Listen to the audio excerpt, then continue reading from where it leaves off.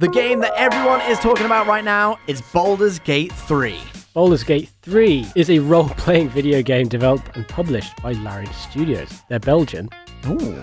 And it's the third main game in the Baldur's Gate series, which is based on the 5e, which is 5th edition. Oh, okay. Of the Dungeons & Dragons tabletop role-playing system. Dice rolls, RPG elements, looting, and a deep, deep story.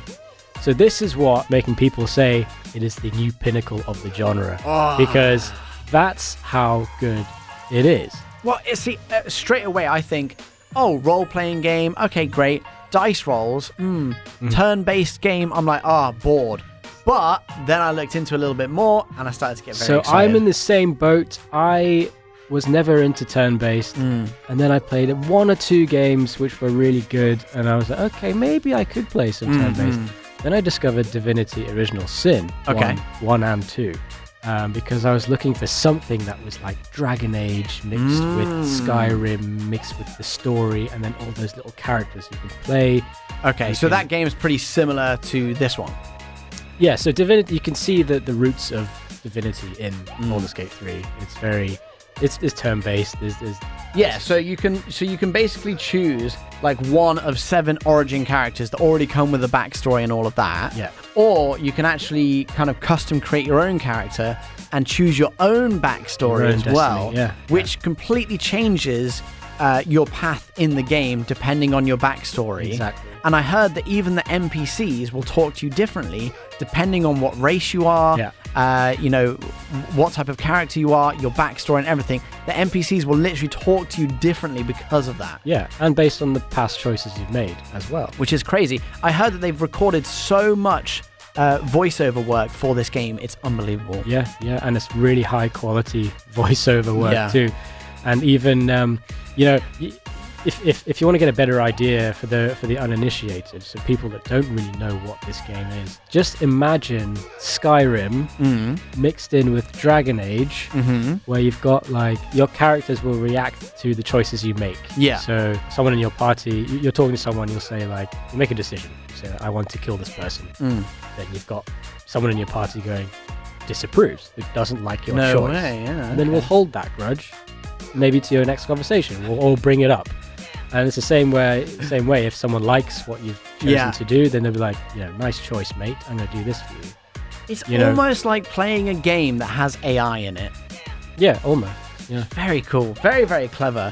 So the dice roll basically decides your fate on everything you do, like your conversations, your fighting. Yeah, so you can say if you have a trait or an ability. Oh, like you're a smooth talker. Yeah, okay. Yeah. Or you have like sort of actions where you can persuade or you can intimidate. Yes, I'm with you. So if you have that story option or chat option and you choose it, then you get a number which you need to roll and beat. So if you get given, and then you can get to use that persuasion. So it'll be like 10, and if you get 10 or over, then it'll work. But if you get 5, it won't work. It'll backfire. Yeah, it'll backfire. Super crazy, because and depending on your character, you can get bonus numbers. So you can bonus like a +3 or a +2 to add on top of your roll. So if you're one of your like skills that you level up is persuasiveness, it can help you in conversations. Or if you have like a bonus trait or something like that. Yeah, so if your backstory is,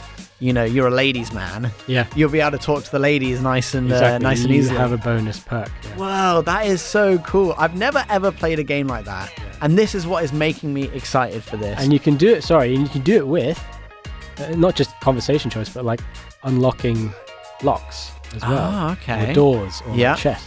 So you still roll for that. Wow.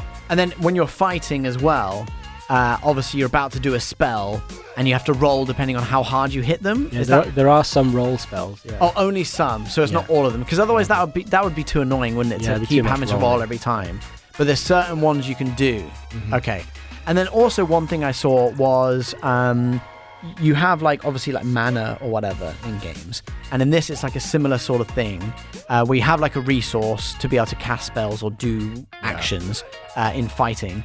And then if that depletes, like it doesn't regenerate, like once that depletes, you have to rest or you have to like eat food or something like that to be able to regenerate that resource, right? Or it goes on to the next turn for the next person. So you basically it's turn-based. You can do your turn. You can either attack, move. Downside for me is I just think this is a game that's going to be very time-consuming. Yes. I mean, I've got friends who play, real Dungeons and Dragons, and they're like, oh yeah, I've been doing this same, thing for a year now. We're on the same story, and it's coming to the end this weekend, so we're doing like a whole marathon weekend. And I'm just like, okay, great. Not for me, But it sounds like this game is going to be kind of like that. You'll be playing it for a year and you're still doing the same sort of story and progressing this way and that way. But yeah, I got to be honest, hats off to this game. It's come out of nowhere and I've watched so many videos about it now and I'm super excited. So yeah, Baldur's Gate 3. Yeah. Getting 10 out of 10 from IGN. PC Gamer gives it 97. Wow. Which is pretty good for PC Gamer. Yeah. And obviously Steam. Well, there you go. That is kind of all you need to know about Baldur's Gate 3 so far. If you're playing it, let us know. We would love to hear from you and your experiences. Yeah.